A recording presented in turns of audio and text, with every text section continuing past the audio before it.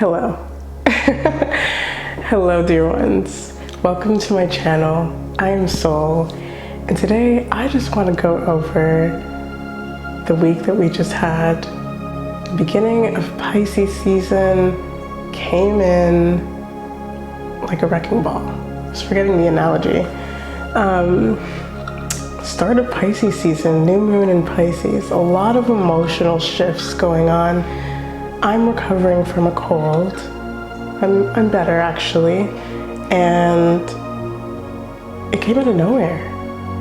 There have been so many shifts, so many calls to come back into awareness, and it's been eye-opening.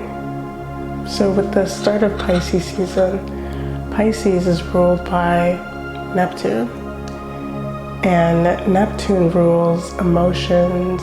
It's one of the planets that has a larger impact on the collective. So we've been seeing a lot of emotional shifts in society, a lot of awareness at how much limitation still exists.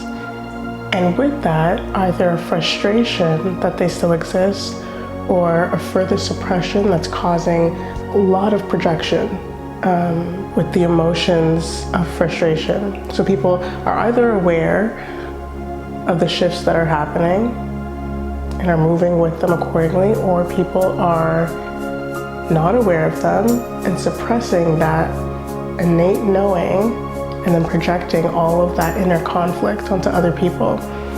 And it's been interesting to witness. And of course, there are people in between those two ends of the spectrum. But yes, back to this cold. I believe that it was a spiritual flu. I have been integrating, I have been opening my third eye, awakening in new ways, allowing myself to be open to more pure information and putting in the work to actually practice it, which is another topic that I would love to visit in the future. And so this cold came out of nowhere, and it's lasted. Usually when I get colds, they last for like 24 hours, if that. This time it's been about 5 days. And while the symptoms obviously look just like a regular flu, the amount of shedding that has had to occur make me think, there's something to this. And so actually right before this video, I made my green juice.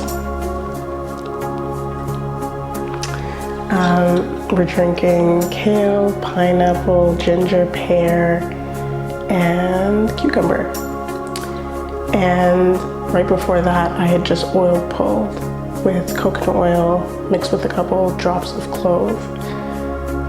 Last night, I did a herbal steam with a couple herbs that I had on hand, mixed with some drops of essential oils.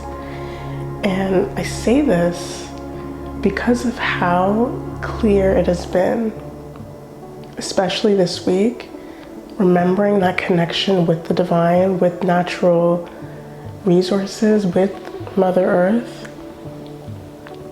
It's a relationship that is integral to our existence as spiritual beings on this earth, and yet it's a relationship that has been severed, that has been disjointed, that's been through a lot of separation and has resulted in a deep disconnection. So as I was doing these herbal remedies, well, first of all, I was grateful to even have the items on hand to be able to consume them, ingest them, and use them to heal my body. But it also struck me how plentiful this earth really is, how much God truly provides for us. For every ailment that exists, there is a plant on earth ready to cure it. Oh, I also put celery in it.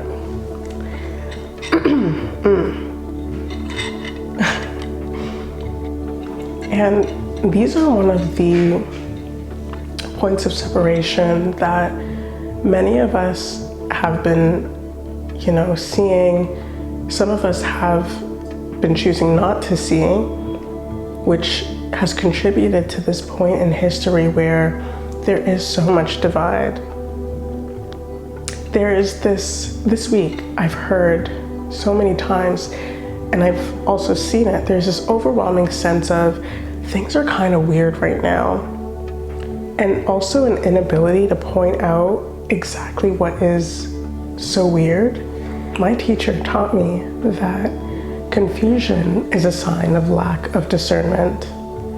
And so hearing all of that confusion, it points to the subconscious mind, the subconscious voice wanting to say, hey, there's something here that I'm not okay with, but the conscious mind is unable to clear itself and focus and pinpoint on what exactly that is. When we are so separated from what naturally revives us, what naturally gives us life, when we are separated from being grateful, practicing gratitude for all of the abundance that we are naturally provided, we become more egocentric and attach more to our bodies, falling into body consciousness.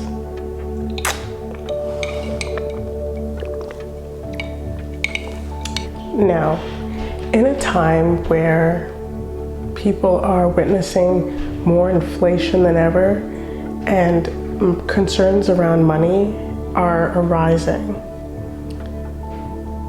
one thing that we get to remember in times of confusion, in times of fear, in times of instability and insecurity, is that we can choose to reprogram and refocus our minds on the abundance that we already do have. And this is a basic tenet of practicing gratitude. So when we are focused on the connection that we have with Divine Mother, when we are focused with the connection that we have with the earth, focused on the abundance of the resources that are naturally provided to us, we can then remember that we are naturally abundant, that everything we need has already been provided to us without condition. The ego may want to jump in at this point and say, well, I still have to buy them from the grocery store. But that's another point of separation between the way that the world currently exists and the natural providing of resources that also exists. Through the past few years, we've come to understand that there is so much that we can do for ourselves, that there's an importance in relying and depending on our own skills or on the skills and abilities of our own personal communities to support ourselves, rather than going to the external and expecting that to always be provided to us. And that's a part of taking responsibility, taking accountability of your own personhood. It's a part of recognizing that we are not victims. It's a part of reclaiming your own power. And so as I drink this tonic, this juice,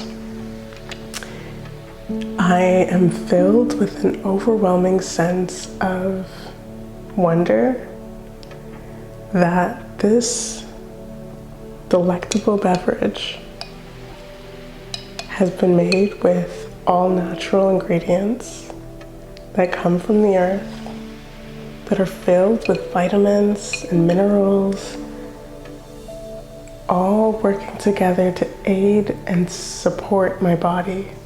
When I think about this, when I'm in this kind of consciousness, I'm choosing to focus my mind on positive and good feelings, on good thoughts. Yes, the existence of other worries and doubts might be there. Those are reflections of past manifestations. In this moment, I get to always choose my attraction point. And as we practice that, as we continue to practice choosing an attraction point that feels good, that supports our physical and spiritual selves, we might find it more comfortable to receive all that is here for us, all that's available to us, rather than continuing the loops of suffering.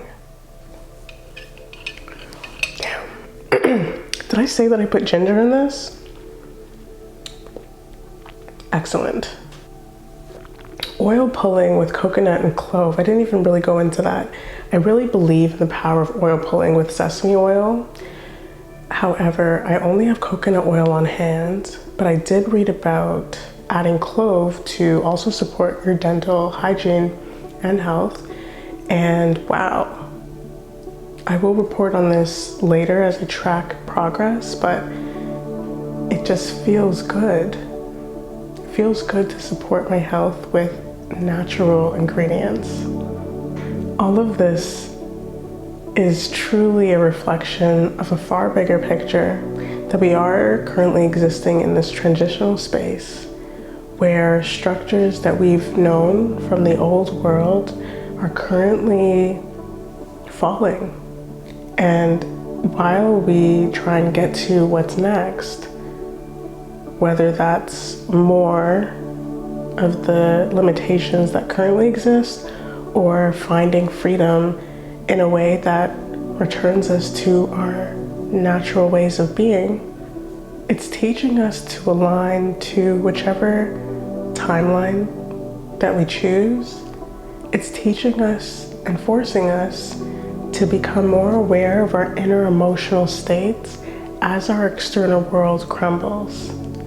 Because when our relationship to the external deteriorates and we've attached so much of our identity to the external world, then we become at risk for allowing our own selves to deteriorate.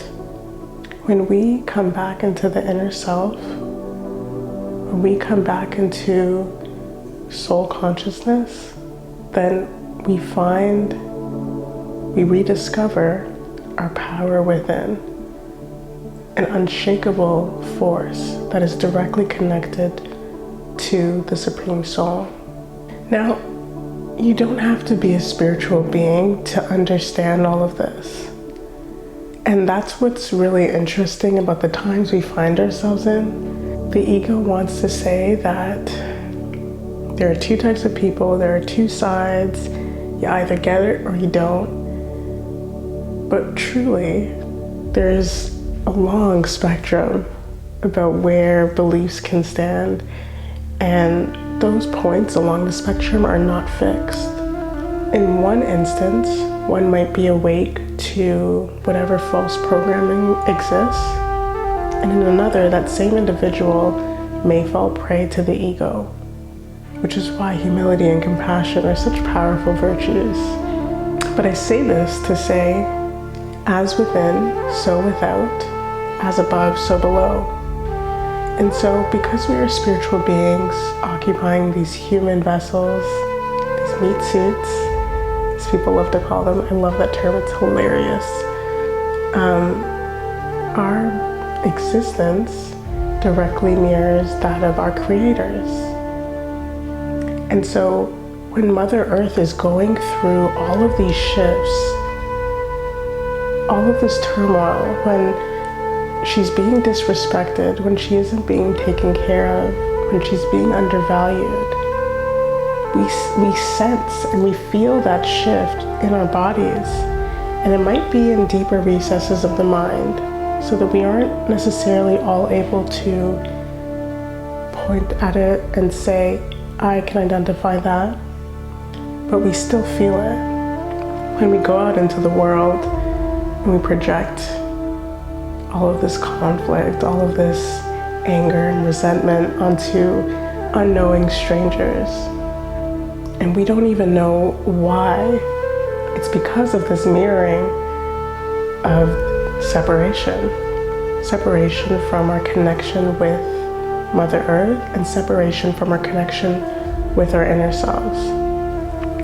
This is why now more than ever it is so important to come back into self, to practice meditation to gain mastery over your mind, because this year is one of distraction.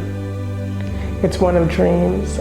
I mentioned in another video, either on TikTok or YouTube, that if you're familiar with numerology, 2023 adds up to 7. 7 is ruled by the planet Neptune. Neptune, as we just said, also rules Pisces. And so this season is giving us a little bit of insight as to what this year will be. A lot of distractions, a lot of flashy headlines, a lot of energy harvesting, and things that are created to pull your attention to them. It's so important to stay grounded, to stay present, to be rooted in the truth, so that you don't sway along with the currents. That's all I have for you today. Thank you so much for watching, and we'll see you next time. Om Shanti.